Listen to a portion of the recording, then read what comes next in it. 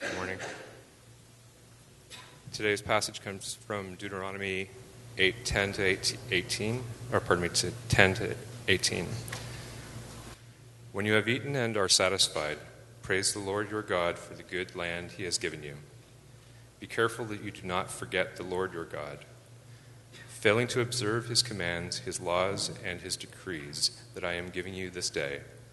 Otherwise, when you eat and are satisfied, when you build fine houses and settle down, when your herds and flocks grow large, and your silver and gold increases, and all that you have is multiplied, then your heart will become proud, and you will forget the Lord your God, who brought you out of Egypt, out of the land of slavery. He led you through the vast and dreadful wilderness, that thirsty and waterless land, with its venomous snakes and scorpions. He brought you water out of hard rock. He gave you manna to eat in the wilderness, something your ancestors had never known, to humble and to test you, so that in the end it might go well with you. You may say to yourself, my power and the strength of my hands have produced this wealth for me.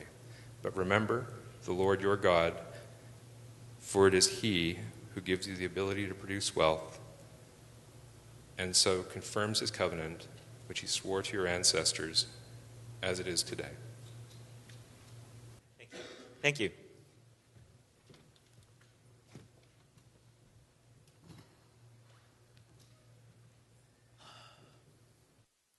We live by the stories that we tell about ourselves and about the world.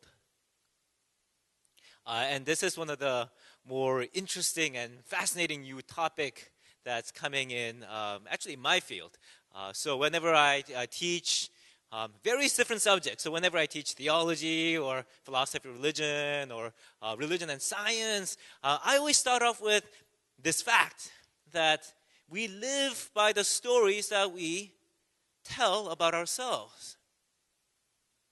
Our institutions and our organizations, our democratic society, our value system, the things that we do, they're all based, what underlies them all are the stories about the world, about reality, about who we are and where we're going. This is true when we try to justify whatever personal decision that we are making, whenever we try to make, say, a moral decision or decide on a social policy. We are always thinking back, saying, this is the road that we have walked. This is the kind of story that we as a society have been living in, and this is where we want to head.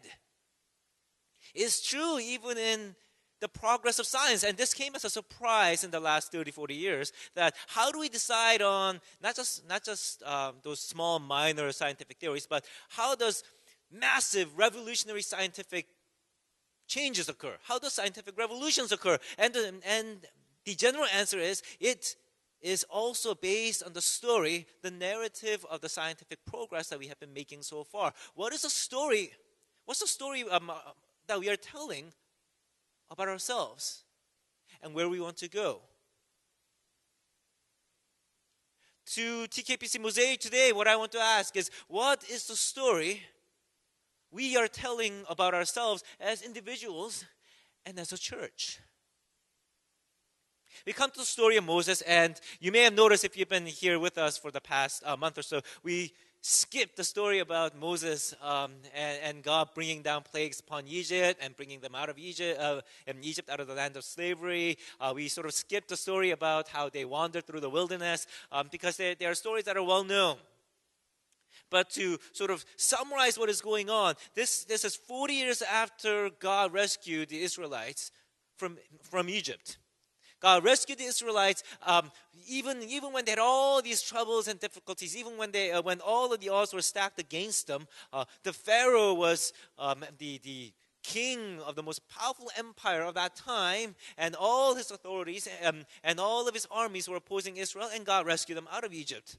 Not only that, God led them through the wilderness, in the desert, where there was no food, there was no water, and they had to rely every day on God to provide.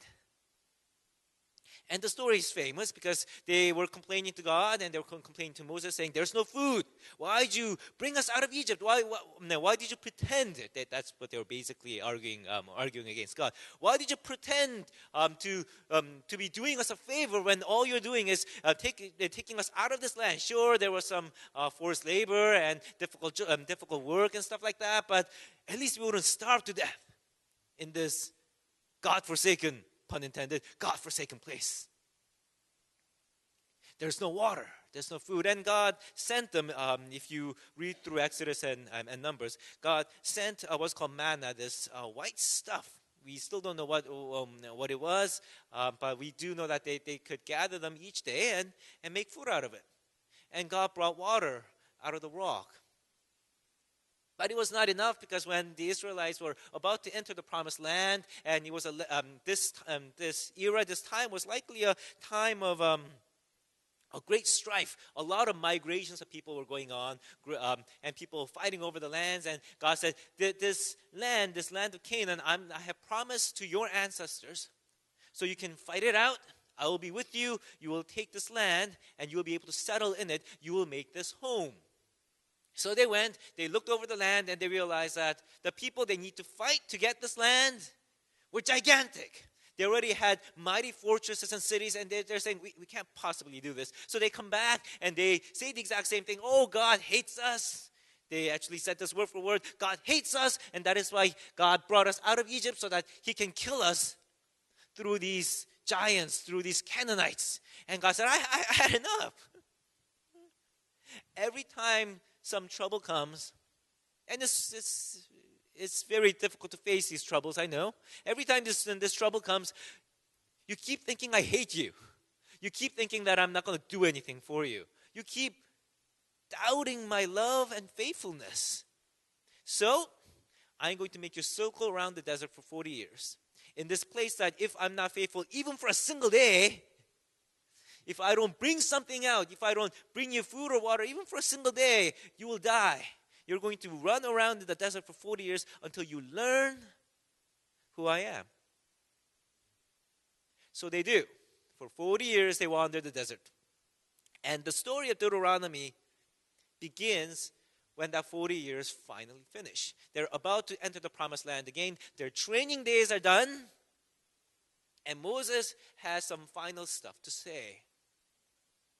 So, Moses begins with this. Don't forget the Lord.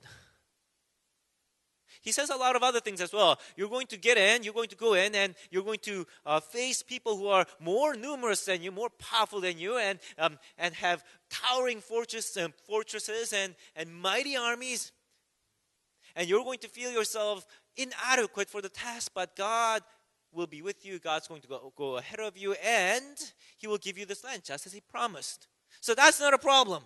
And you've gone through 40 years of God working with you and walking with you so that you're not afraid of this. You've gone through that training. But what I'm afraid of is this. Once you get this land, once everything turns out okay, once God fulfills his promise and you settle in this land, once you don't have to rely on God, so you think, because you're not going through the desert. Once you don't have to worry about food or water each and every single day, because you can just go to the stream and get water, because you can farm for the food. Once this happens, I'm worried because you're going to forget the Lord. And this is going to be the story that you're going to tell about yourselves after a while. The strength of my hands, my own abilities have produced this wealth for me. You're going to stop following God's commandments. You're going to forget following his decrees. You're going to forget gathering together and meeting God and having fellowship with each other. If you read through the laws of the Old Testament, the Torah, you can sort of break down what God is commanding the Israelites into probably 3 or 4 groups. First is, you may have no other gods before me, because I am the one sovereign God, the creator of all. You're not going to place any other thing as God. Nothing is going to be absolute in your life other than me. That's the first group of those are the first group of laws. Second group of laws, you're going to remember to gather together to meet me regularly. Not only are you going to meet me regularly, you're going to take care of each other. You're going to have that fellowship together regularly so that you may continue to be my people. Second group. Third group, because you are my people, you're going to practice justice and fairness. In everything that you do, you're going to act justly so that people among you, whether they are the poor or the marginalized, whether they are foreigners or the aliens or the people that other groups of people will normally shun, you're going to take care of them. Why? Because I take care. Because I care for my creation. And lastly, fourth, you're going to show your love to each other to the degree that even if, for example, there is one law saying that if you see an ox or a possession of a person that you're fighting with, that you have a bad relationship with, you see his oxen fallen down the road or something, don't go, serves you right. Go help him. Because that's what people are supposed to be. That's how you're supposed to live. And when you read this, it is very easy to sort of think only on these commands, saying God is saying, here are these set of rules. If you follow the set of rules, it's going to be okay. If you don't follow the set of rules, I'm going to get you. But that's not really what the message is. What God is saying is that, yes, I have established my relationship with you in my walk with you through the desert, in my mighty acts against Egypt so that I can bring you out of the land of slavery. I have established my relationship with you. Continue in this relationship. So in chapter 6, there is this passage where God commands his people to teach their children. So if your children come up to you and say, Dad or Mom, why are we following all these rules? Say this. Don't say, okay, we might expect that, because if you don't follow it, God will be mad. No, it's not about that. Say this. Because God loved us, I'm summarizing here, because God loved us, and because God brought us out of Egypt, God rescued us when we were slaves. And God took care of us through the desert. And God is continuing to take care of us. That is why we are following these rules and laws and regulations, because it will be our righteousness. And what that means is that this maintains our relationship with God. Maintaining the relationship with God is primary. What results from it, these are the laws. And Moses says, this is what you're supposed to be doing. But realistically, you're going to go, you're going to settle, and you won't have to worry about God helping you each and every day. Because even if you're not right with God, the seeds that you plant will tend to grow, and the water flowing in the streams will tend to flow. So you're going to forget God. Even if you don't have to worry, just as you did in the desert, about God providing you each and every single day, you're going to be able to go to a marketplace, sell your wares, and increase your wealth. This is simply going to happen. And you're going to think wrongly that God is no longer involved. But God is involved, because God sustains the whole universe. The very thing, the very reason why when you put the seeds on the ground and they grow up, the very reason why sun shines and the rain falls is because that's just what God does. It's the only difference is that God does this whether you're good or evil. Now, there's that fascinating passage in Matthew chapter 5 where Jesus says, love your enemies, pray for them. Why? Because that's what God does. God makes the sun shine on the evil and the good, and He brings down the rain for both the righteous and the unrighteous. But that does not mean that you get to be evil. It simply means that that's the character of God, and you need to follow that. But the trap here is that when you go there and you realize that whether you're good or evil, whether you're righteous or unrighteous, whether you're walking with God or not, these regular things are likely to happen. you will forget the Lord. And the stories that you live by, that God has rescued you out of the land of slavery. God has done mighty things throughout your life. God has brought you and taken you through this dreadful land, the land which you thought you were going to die. The story that you were living by, they're going to disappear and be replaced by yet another story. Story of a regular life. Story of how do I get up? How do I plant? How do I farm my things? How do I increase my wealth? How do I live a comfortable life? And that actually is part of the blessing from God, but that's going to replace your story of walking with God. And once that happens, you will cease to be the people of God. What is the story we as a church are telling about ourselves today? There was this meeting Saturday, a couple of Saturdays ago, when one of the participants, who's a second generation Korean, spoke up and said this fairly shocking thing. And from my background, because I was a closet agnostic during university, and the intellectual challenges were basically the main thing that I was struggling with, like what do we think about God, or does he exist, or what about science and religion, or even things like even if there is God, what's the point of the church? Those are the more intellectual challenges that I've been facing, and my focus has always been about struggling with these issues and struggling with them seriously. But apparently there's another group of people, the larger group of people, where these issues aren't even a problem to begin with. She says, a lot of my friends don't come to church, don't really care about God. And when I asked, is it that you don't believe in God? No, we believe in God. Also, are you hurt by the church? Like, do you hate the church? Is that why you're not coming to church, or you're not fellowshipping, or you're not doing anything of that nature? No. We don't mind God. I mean, we have fond memories of the church. So, how come you're not here? She goes to a different church, by the way. And the answer she got was that, we're busy. So she began to think, because she's quite busy as well. She has her own work and everything. And she goes to church. She's committed to following God and all of those things. So why not? So she sort of dug around, and she realized that the stories that we tell about ourselves and the stories that other people tell about where we are supposed to be going from a very young age happen to be this. And this is especially true apparently for immigrant families. But I think there's a common element to it to other families as well. And the story goes something like this. You need to succeed in life.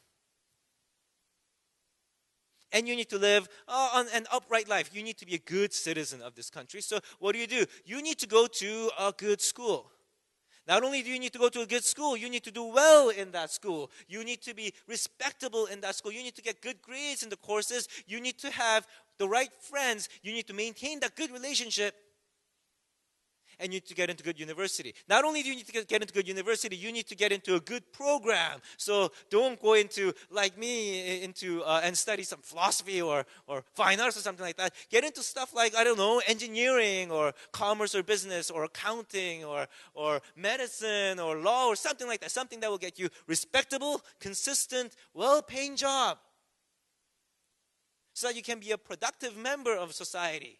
You can have a stable life without having to worry about what's going to happen tomorrow. You need to get married. For most of you, you need to get married. You need to find a good spouse. Have a happy married life. Have children. Raise them well just as we raised you. So that they can also become productive citizens of society. And this is a good story too. I mean, this is what we want to do. Then she goes on to say, but what then happens is that God's not that important in that story. Sure, they will tell you, and sure the story is, and by the way, be good.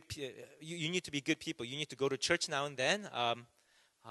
You need to follow God. You need to respect God. You need to respect religion or whatever it is. But the reality of it is, if you skip school, and for a lot of these families, you skip school, your parents will go crazy. If you skip church, your parents will likely say, well, it's nice if you go. If you bomb your test, or if you fail to get into certain school, your life is over. But if you lose your faith, well, that's just your personal thing. Hopefully it gets better, but it's not a priority. And remember, this is a story. It's a story about where we want to go, what we want to achieve. Once you achieve the core element of that story, I am now a successful businessman. I am now a lawyer. I now have a stable career. I have met someone that can support me. I now have children. Then all the main goals in my life has now been achieved. And then you realize, or usually you don't realize, what then happens. What is revealed is that God and the life with God just happen to be garnish. It's great if it's there, but if not, that's fine. And that's why I am busy becomes a very good reason. Out of all of the priorities that we set, all the most important ones have now been achieved. So that the stuff about God or stuff about the church, if you can do it, that's fine. But if not, then that's fine. Sure, why not? The priority list, my work, well, if you have children, and I do hope this is the case, my children, they're the first priority. Their needs, my family needs, very high and should be high. And my career advancement, my bonus paycheck. Oh, then I need a life for myself. So my hobby, right? The show that I want to watch. Oh, and there was that interesting thing about fishing show that's going on. I want to check out on that. Okay, do I still have some time left? I should meet my friends over for drinks or something. Oh, if I put all of this in, then, well, I guess I can skimp on prayer. It doesn't mean that much anyway. If you can do it, it's great. If not, then oh well.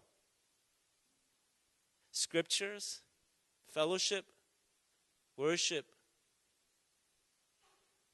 I'm not talking about certain actions that we need to follow to be Christians, by the way. I'm not talking about the fact that, we need to pray 30 minutes a day or an hour a day. I'm not talking about, you need to sit in this pew every single week, no matter what happens. Although fellowship and worshiping together is a priority according to what God says. But I'm not talking about those rules. I'm talking about the stories that we tell about our lives. Where are our lives heading? At the end of our life, will our stories be something like, I went to good school, I got a good job, I had a very comfortable, happy, comfortable and happy life without any serious financial trouble. I married with the person I love. Had kids. They grew up very well. So great. That's my life. And it's a great life, by the way. It's a very enviable life. But that's not the life of the people of God. It can be part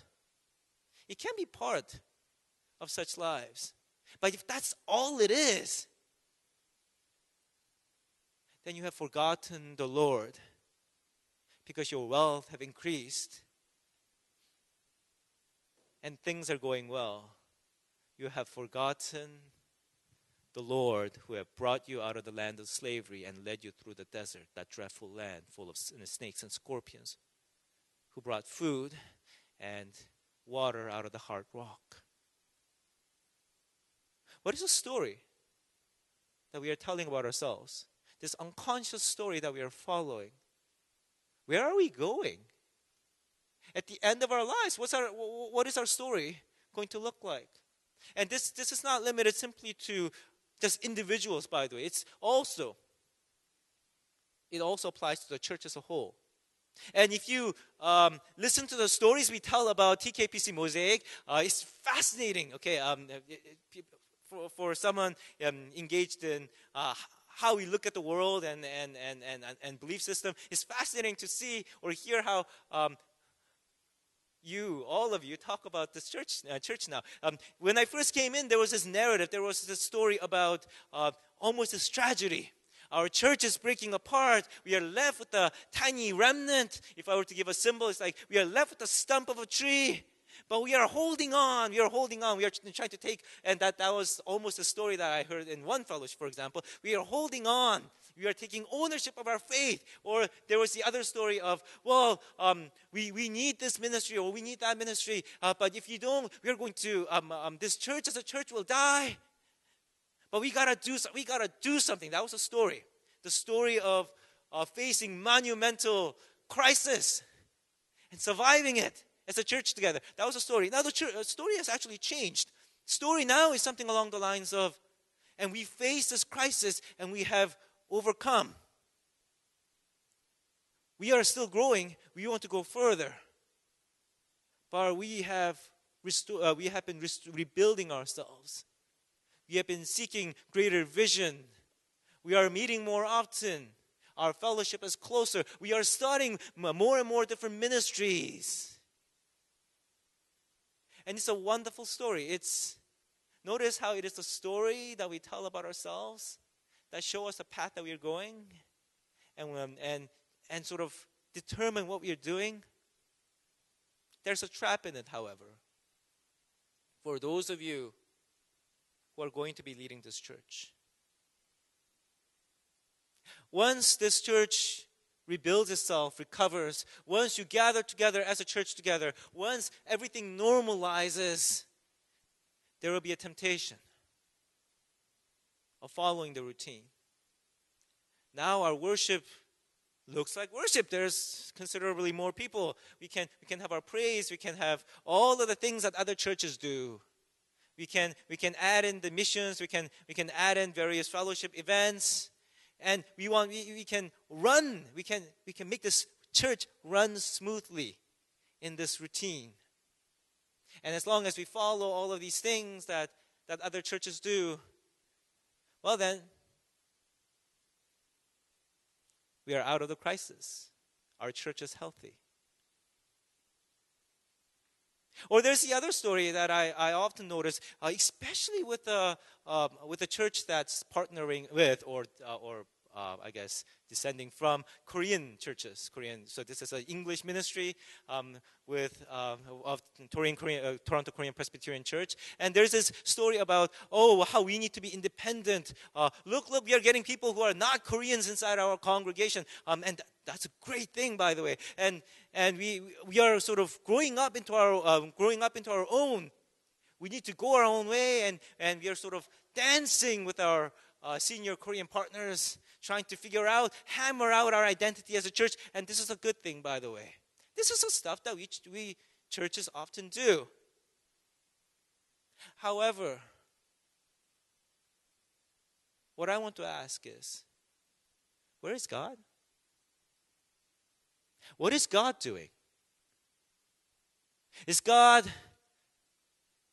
greatly worried about how this church will follow that particular routine very well? Is God greatly worried about whether this church is independent or dependent? I think, what's the model? Dependent, independent, interdependent. If you went to Youngnak, they had a debate about this. What is our identity as our English ministry? And those things are important, but the story of God is more.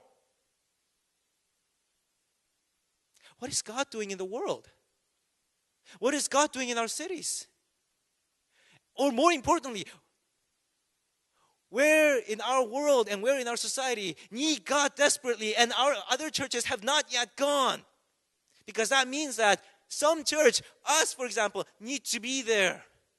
What is something that we as a church in this generation have not yet been able to accomplish and God is calling us to do?